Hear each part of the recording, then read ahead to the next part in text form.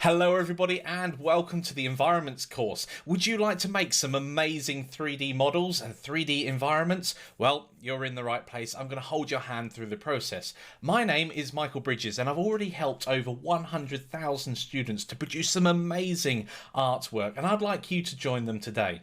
Now, this course itself is focused on environments, and that's where we're going to take it. We're going to start off with something very, very simple. We want you to be able to get those early wins in. So we're going to do some basic block modeling, making sure that we can get our scene looking great from the very beginning, a few lighting tricks, and you'll be amazed at what you can come up with. In fact, the students that are already on the course, I'm blown away with what they've created. I'm sure you can do wonderful stuff as well.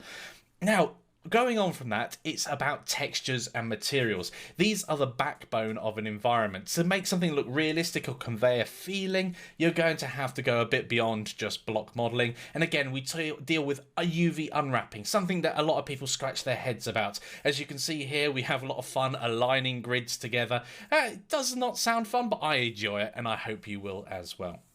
And moving on, the course is still being developed, as all of our courses do, and we're going on to procedural textures. Now, procedural textures are really exciting because they enable us to create an infinite variety of textures rather than just grabbing boring things off the shelf. And not only are those textures used to colour and control the surface properties of whatever we're looking at, but they can also control the geometry as well. And that is really, really exciting. The possibilities are literally out of this world.